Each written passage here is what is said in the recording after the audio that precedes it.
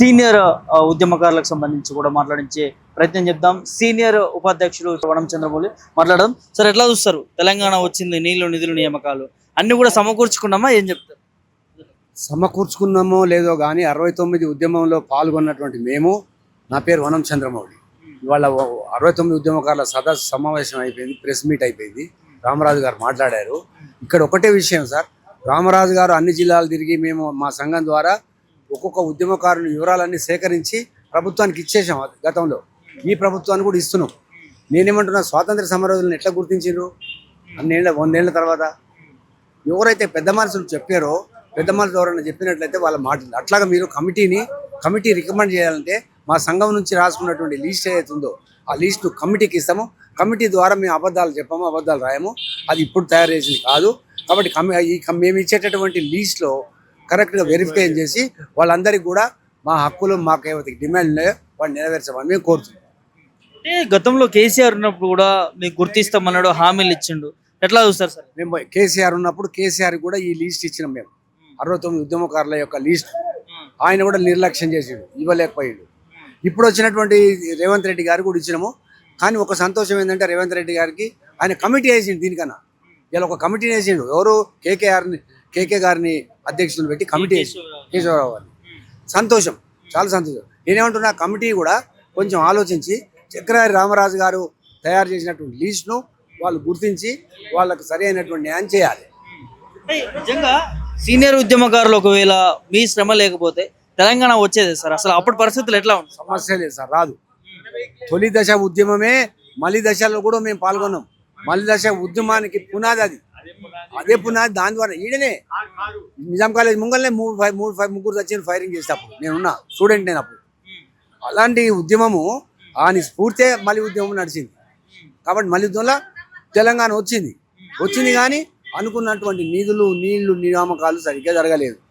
గొప్పగా చేసినామంటున్నాడు. అదే మరి లేడు కదా, పోయింది. అందుకే ఇప్పుడు ఈయన వచ్చినాకనైనా రేవంత్ రెడ్డి అంటే అన్ని తెలుసు, మా తెలంగాణ వాడే, మాపనూరు జిల్లా వాడే. కొంచెమన్నా ఆలోచించి. పరిచయం ఉందా? ముఖ పరిచయం రేవంత్ రెడ్డి గారితో ఉన్నది, పరిచయం. ఏ సందర్భంలో? ఆయన ద్వారా మాకు పరిచయం. మేము ముఖ్యంగా నేనేంటంటే ఆయన దగ్గరికి పోయి, సార్ నేను పోయి ఇచ్చినాం, కలిసినాం, ఇద్దరం కలిసి ఇంటికి ఇంకా రేపు మా సీఎం అవుతాడు అనగా పోయినాం. ఇంటికి పోయి కలిసినాం. మేము పోయి ఆయన కలిసినప్పుడు ఆయన జానారెడ్డి కొడుకు కూడా ఆడనే ఉన్నాడు. ఆ తర్వాత ఆయన మహబూబ్నగర్ ఎమ్మెల్యే, ఆయన పేరేం పేరు సార్, ఆయన కూడా పరిశీలిస్తా, తప్పకుండా ఆలోచిస్తా అని అన్నాడు. ఆలోచించడం లేదు, ఎట్లా ఆలోచించడం, ఇవాళ కమిటీ అయితే ఆయనకు థ్యాంక్స్, ఆ విషయానికి థ్యాంక్స్. ఆ కమిటీ మాకు న్యాయం చేయాలి, అంతే. 69 ఉద్యమంలో ఏదైతే మేము ఉద్యమం చేసామో అప్పుడు మేము స్టూడెంట్స్ గా ఉన్నాం. ఆ స్టూడెంట్స్ లైఫ్ కూడా మేము 1 ఇయర్ వేస్ట్ అయింది. తర్వాత ఇప్పుడు మేము మా రామరాజు అధ్యక్షతన ఈ కమిటీలో తిరుగుతున్నాం. ఈ అధ్యక్షత రామరాజు గారు ప్రతి డిస్టిక్ వెళ్ళి ఈ జినైన్ ఎవరైతే ఉద్యమంలో పాల్గొన్నారో వాళ్ళ యొక్క లిస్ట్ ప్రిపేర్ చేశారు. దాన్ని మీకు ఇస్తాము. దాన్ని ప్రకారంగా మీరు ఏమైనా సాయం చేయగలిగితే ఈ ఉద్యమకారులకు, ఇందులో ఉన్న అందరూ కూడా 75-80 ఏళ్ళ వయసులో ఉన్న వాళ్ళే ఉన్నారు.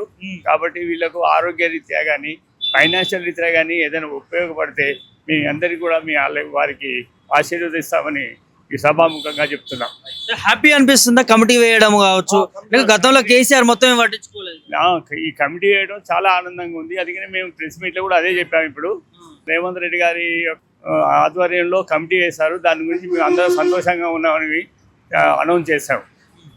దీంట్లో ఓవరాల్గా ఇప్పుడు కాంగ్రెస్ ప్రభుత్వం అధికారంలోకి వచ్చిన తర్వాత ఏదైతే ఉద్యమకారులకు ఇస్తా అన్నటువంటి హామీకి సంబంధించి ఒక కమిటీని ఏర్పాటు చేశారో, ఆ కమిటీ వల్ల మేము చాలా సంతోషంగా చూస్తూ ఉన్నాము. ఖచ్చితంగా ఉద్యమకారులకు న్యాయం చేయాలి. ఎందుకంటే కేసీఆర్ కూడా న్యాయం చేయలేకపోయిండు. రేవంత్ రెడ్డి అన్న న్యాయం చేయాలంటూ కూడా సీనియర్ ఉద్యమకారులు చెప్తున్నటువంటి సందర్భం కనిపిస్తూ ఉంది.